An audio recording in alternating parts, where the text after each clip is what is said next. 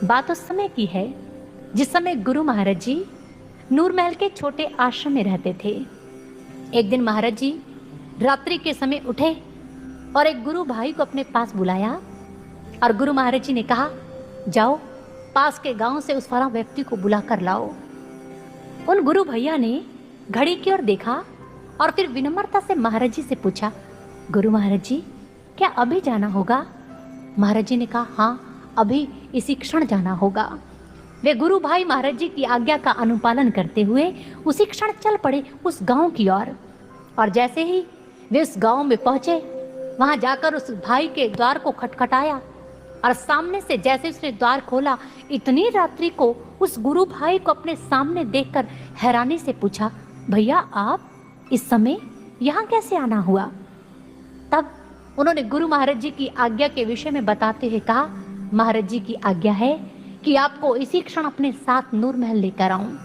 उन्होंने जैसे ही महाराज जी की आज्ञा की बात सुनी, बिना कोई अगला प्रश्न किए उसी समय उनके साथ चल पड़े और दोनों को नूरमहल पहुंचते पहुंचते लगभग सुबह हो चुकी थी। और जैसे ही वे आश्रम में पहुंचे तो देखा कि गुरु महाराज जी आंगन में ही सैर कर रहे थे। दोनों ने आकर गुरु महाराज जी के चरणों में प्रणाम किया और जो नूरमहल से भैया उन्हें लेने के लिए गए थे, उन्होंने महाराज जी से कहा, महाराज जी आपकी आज्ञा के अनुसार मैं इन्हें अपने साथ ले आया हूँ। महाराज जी ने मुस्कुराते हुए दोनों को देखा और अपने हाथ आशीर्वाद की मुद्रा में उठाते हुए कहा, अब सब ठीक है, तुम दोनों जा सकते हो। दोनों महाराज जी के वाक्य के पीछे के रहस्य को तो नहीं समझ पाए, किंतु आज महाराज जी की आज्ञा का पालन करते हुए जाकर अपने अपने कार्य में संलग्न हो गए। कुछ ही समय के पश्चात वो गुरु भाई भी अपने गांव की ओर लौट गए। किंतु जानते हैं, जैसे ही वे अपने घर पहुंचे और जाकर देखा कि जिस कमरे में वो रात को सो रहे थे, उनके जाने के पश्चात उस कमरे की छत गिर चुकी थी। यह देखकर मानो भावुक हो उठा और उन्हें समझते देर न लगी कि हो ना हो महाराज जी ने मेरी मृत्यु की आहट सुनकर ही मुझे अपने पास बुला लिया था, ताकि ये मृत्यु मुझे अपना ग्रास ना बना पाए। हृदय भावुक हो उठा और दौड़कर दूसरे कक्ष में लगे महाराज जी के स्वरूप से जाकर लिपट गए। फूट फूट कर रोने लगे।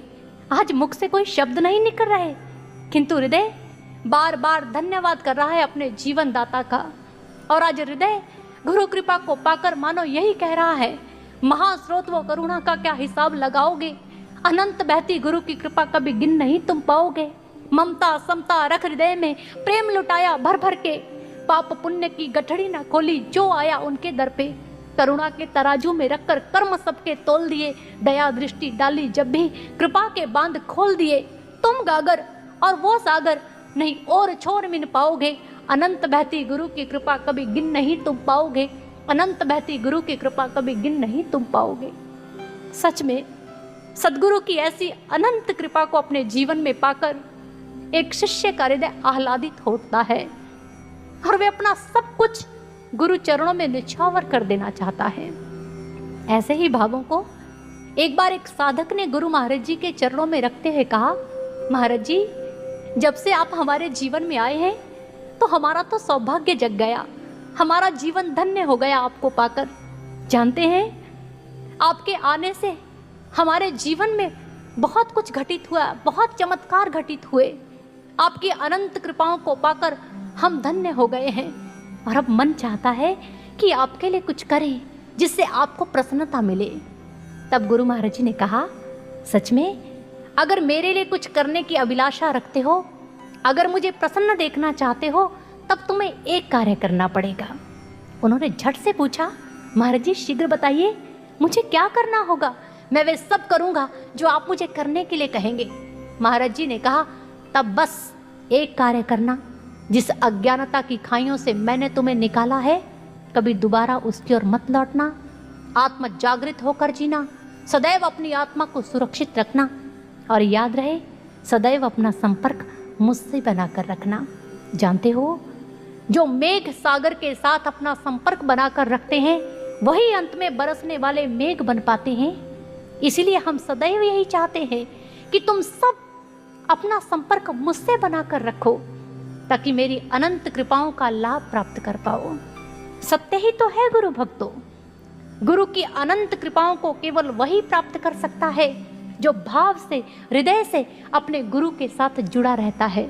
जानते हैं, फिर गुरु भी सदैव उसका साया बनकर निरंतर उसके साथ रहते हैं। उनकी कृपा दृष्टि सदैव अपने उस भक्त पर बनी रहती है। उनकी कृपा ही तो है जो हमारे थकने, रुकने और गिरने पर दोबारा उठकर चलने का हौसला प्रदान करती है। उनका साथ ही तो है जो हम संस्कारों का बोझ और विकारों की अपूर्णता लेकर भी इस भक्ति मार्ग पर चल पाते हैं। जानते हैं क्यों? क्योंकि गुरु को बहुत सारी उम्मीदें होती हैं अपने उन शिष्यों से जिन्हें वे अपना शिष्य स्वीकार कर लेते हैं। उन्हें तो मानो बिंदु में सिंधु दिखाई देता है और उसे अपनी कारीगरी का श्रेष्ठ नमूना बनाने के लिए तो उनकी आंखें मानो नींद से रूठ ही जाती हैं। वे भी तब जब वे जानते हैं कि इनमें बहुत सारे तो उनके प्रेम को ना समझने के कारण उसे ठुकरा ही देंगे। ठीक ऐसे ही चैतन्य महाप्रभु ने भी अपने शिष्य गोविंद दास को बड़ी उम्मीदों के साथ अपनाया था ताकि वे उसे भक्ति के शिखर तक पहुंचा पाएं। जैसे धरती एक क्षुद्र कण को अपनाती है ताकि उसे विशाल पर्वत बना पाए, किंतु यदि वे कण अन्य धूल कणों के साथ मिलकर आकाश को छूने की चाह रखे तो अंत में कीचड़ का रूप धारण कर लेता है। और आज गोविंद दास को भी अपने गुरु की स्नेहिल गोद को छोड़कर माया अधिक लुभावनी लगने लगी थी। तभी उस पर एक शिकारी की दृष्टि पड़ गई जिसका नाम था मल्लार स्वामी, जो साधु के वेश में एक कपटी मुनि था और अधिक से अधिक चेले बनाना उसका लक्ष्य है। इसलिए जैसे उसने देखा कि गोविंद दास अपने भक्ति मार्ग से भटक रहा है, तभी उसने अपना दाना उसे डालना आरंभ कर दिया। कई प्रलोभन भी दे डाले जिन्हें पाकर गोविंद दास को वो अपना सबसे बड़ा हितैषी लगने लगा।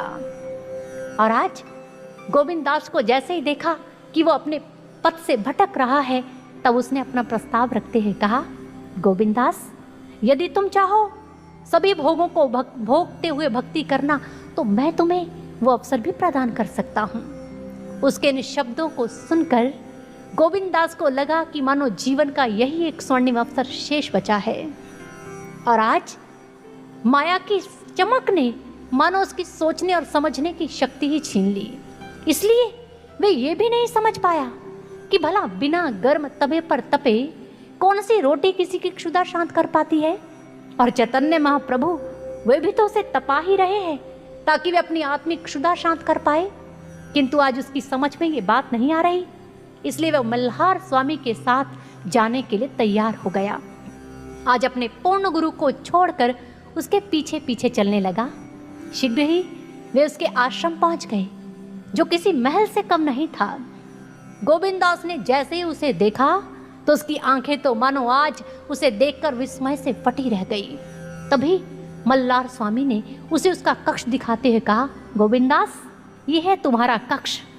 गोविंद ने उसे देखा तो उसमें सभी सुख आराम की वस्तुएं उपलब्ध थी।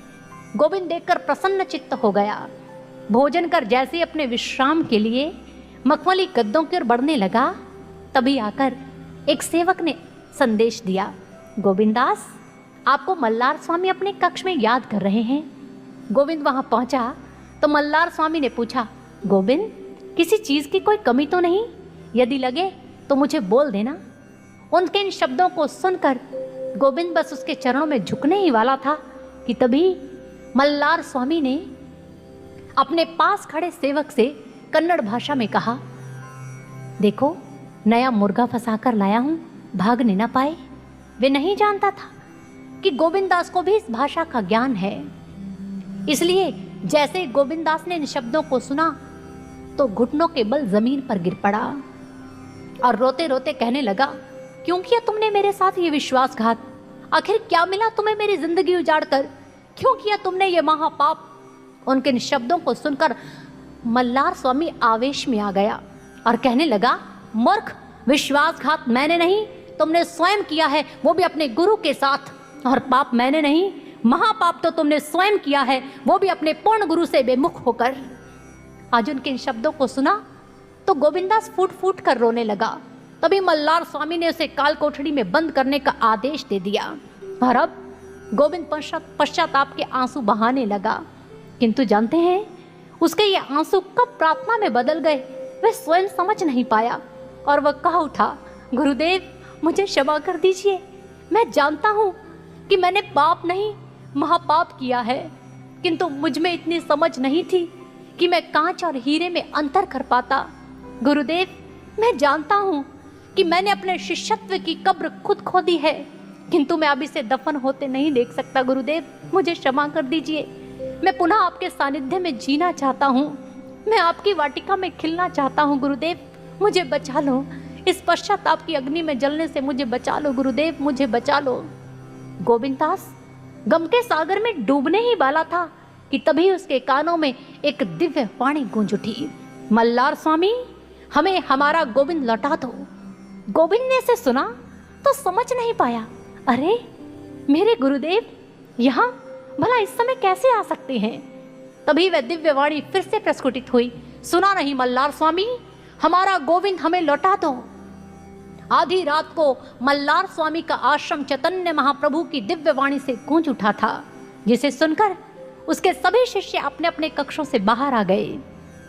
और तब सभी ने देखा कि चैतन्य महाप्रभु के मुखमंडल पर निर्भयता, ठहराव और क्रोध की ज्वाला है। उनके मुखमंडल पर तेज लाजवाब है, जिसे देखकर आज मल्हार के कई शिष्य उनके चरणों में झुक गए। इस दृश्य को देखकर मल्हार स्वामी मन ही मन सोचने लगा, अरे कहीं ऐसा ना हो इसका एक शिष्य हत्याने के चक्कर में मुझे अपना पूरा मठ आज इसे भेंट चढ़ाना पड़ जाए। इसलिए तुरंत बोला, ठीक है चैतन्य ले जाओ अपने गोविंद को, लेकिन उसके पश्चात तुम एक क्षण भी यहां नहीं रुकोगे। तभी गोविंददास को वहां पर लाया गया। गोविंद जैसे ही वहां आया, अपने करुणामय गुरु को सामने देखकर उनके चरणों में गिर गया, उनके चरणों को पकड़कर फूट फूट कर रोने लगा। तभी चैतन्य महाप्रभु ने अपने दिव्य हाथों का स्पर्श देकर उसे उठाया और अपने हृदय से लगा लिया। और आज गोविंददास को अपना माली मिल चुका था और चैतन्य महाप्रभु को अपना नन्हा पौधा, जिसे विशाल वृक्ष बनाने की चाह उनमें अब भी थी। तभी कौन रुकता और क्यों रुकता। आज चैतन्य महाप्रभु ने अपने शिष्य का हाथ थामा और उसे लेकर अपने आश्रम की ओर बढ़ गए। भक्तों, यह होती है सद्गुरु की कृपा, जिसका कोई मापदंड नहीं। यूं तो कृपा शब्द को हमने बहुत बार सुना होगा, किंतु कृपा शब्द के अर्थ की बात